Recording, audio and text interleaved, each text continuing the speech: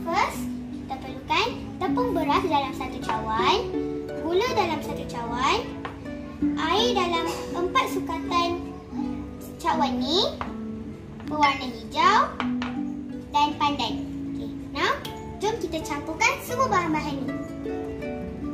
Masukkan air.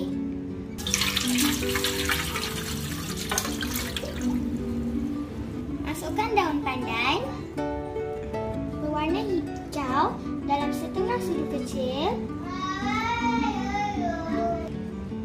Masukkan tepung beras dan gula. Kacau rata.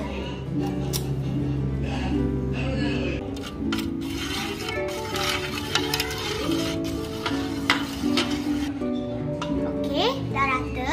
So, jom kita masak atas api. Tunggu sampai dia pekat. Korang kacau je, tunggu sampai dia pekat. Api tu harap guna sederhana je. Kita kacau.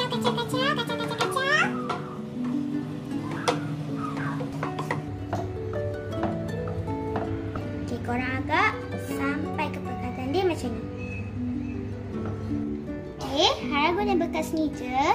Bawah ni harap ada letak gula kisar untuk bagi dia manis-manis gitu.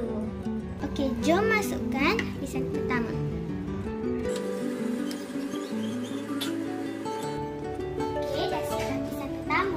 Okey, now jom kita buat lapisan yang atas pula, putih. Okey, now jom kita tengok untuk lapisan yang putih pula. Okey, harap guna santan 1 kotak.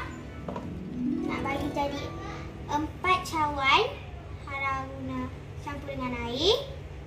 Tepung beras dalam 5 sudu. Garam secukup rasa.